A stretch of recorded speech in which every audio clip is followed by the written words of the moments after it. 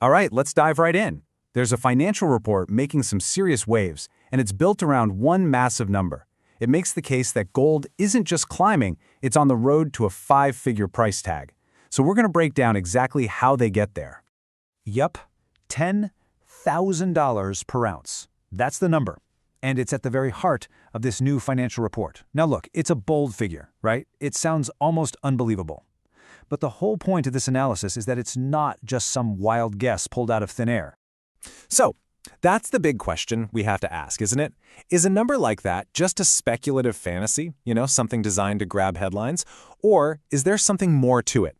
The report argues it's actually a mathematical floor, and it's based on some really powerful shifts happening in the global economy right now. So, let's do this. We're going to unpack the key arguments and the data from this gold market supercycle report and see for ourselves how they even begin to build a case for that five-figure price. Okay, so the report's entire thesis, the whole thing, it really hinges on one central idea. And that's the claim that we've entered what they're calling a gold supercycle. Now, what does that mean? Well, they're saying this isn't just another temporary price rally. Nope. They argue this is the very beginning of a sustained, multi-year shift in how gold is valued. And this is really the crucial part, right? Understanding why they're claiming this time is different, because we've all heard that before. Well, the report says it's because of a set of new, permanent drivers, factors that it argues make today's market completely different from anything we've seen before. And this slide just lays it out perfectly. In the past, gold rallies were often these short-term reactions. Inflation would spike, gold would surge, and then it would cool off. But the argument here is that today's supercycle is a whole different animal. It's not being driven by temporary fears, but by these deep, fundamental, structural changes in the global financial system itself.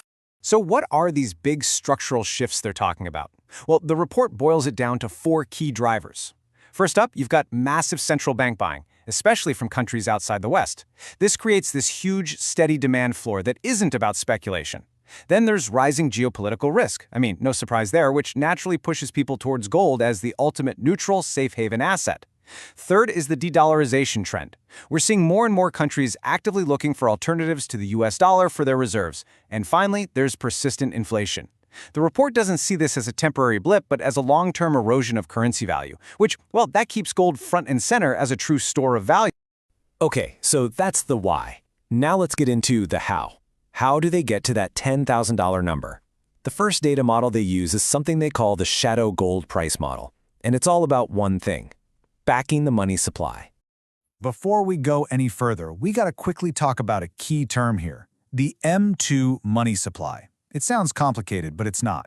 Put simply, it's just a way of measuring all the money sloshing around in an economy. The cash, the checking deposits, all the stuff that's easy to spend. And the scale of this, well, it's just staggering. The report takes what it calls a conservative estimate of the US M2 money supply and lands on $22 trillion. Just let that sink in. That's the massive monetary base we're talking about for this whole calculation. So that leads us to the core question of this entire model. What if you wanted to restore a little bit of old-school confidence?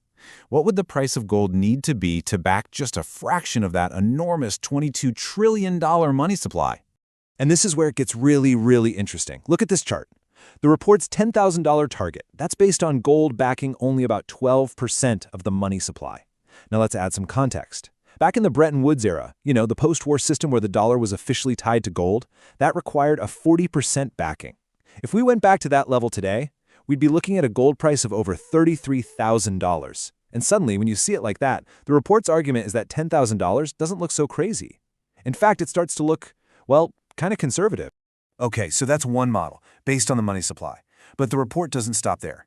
The second model they bring in is all about looking at history, specifically these long, sweeping historical cycles. And for that, they use something called the Dow-to-Gold Ratio. So what is that exactly? It's actually a really simple but incredibly powerful idea.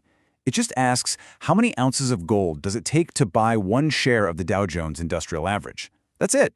You can think of it like a barometer, measuring the tug-of-war between financial assets, like stocks, and hard assets, like gold. And when you look at history, this ratio moves in these huge, dramatic waves. So check this out. At the absolute peak of the dot-com bubble back in '99, it took a whopping 44 ounces of gold to buy the Dow. financial assets were totally king. But if you rewind to 1980 during a massive inflation crisis, the ratio was almost 1-to-1. Hard assets were on top. So where are we today? Well, according to the report, the ratio is still way up there, historically speaking. And that suggests the pendulum has a very, very long way to swing back towards gold. And just to put a fine point on this, the report brings in this prediction from billionaire investor Pierre Lassonde. He's on record saying he expects a return to that classic 1-to-1 historical average. Now think about that. If the Dow is at 40,000, a 1-to-1 ratio implies a gold price of $40,000. And suddenly, that $10,000 target doesn't look like the final destination at all. It just looks like a stop along the way in a much, much bigger historical rebalance. So, how do we tie all this together? We've got two completely different models, one looking at the money supply, the other looking at historical cycles. How do they both support the report's big conclusion? Well, it all boils down to this one central idea: gold as the ultimate insurance policy. And that's the crucial point, really. You have these two independent pillars holding up the entire thesis. The monetary model says, hey, gold is undervalued compared to all the money we've printed. And at the same time, the historical model says, hey, gold is undervalued compared to financial assets like stocks. Both roads lead to the same conclusion. And this really is the core metaphor of the whole report. They aren't just pitching gold as an investment that's supposed to make you rich. They're framing it as a hedge, an insurance policy, against the cracks that might be forming in the global financial system. And what happens to the price of insurance when people start to feel like the risk is going up? It gets more expensive. And that really leaves us with the final big question that this entire analysis hangs on. If the price of gold is just a mirror reflecting the level of systemic risk out there, then the whole road to $10,000, well, it's not really about gold, is it? The real question the report leaves us with is this: how much risk do you see on the horizon?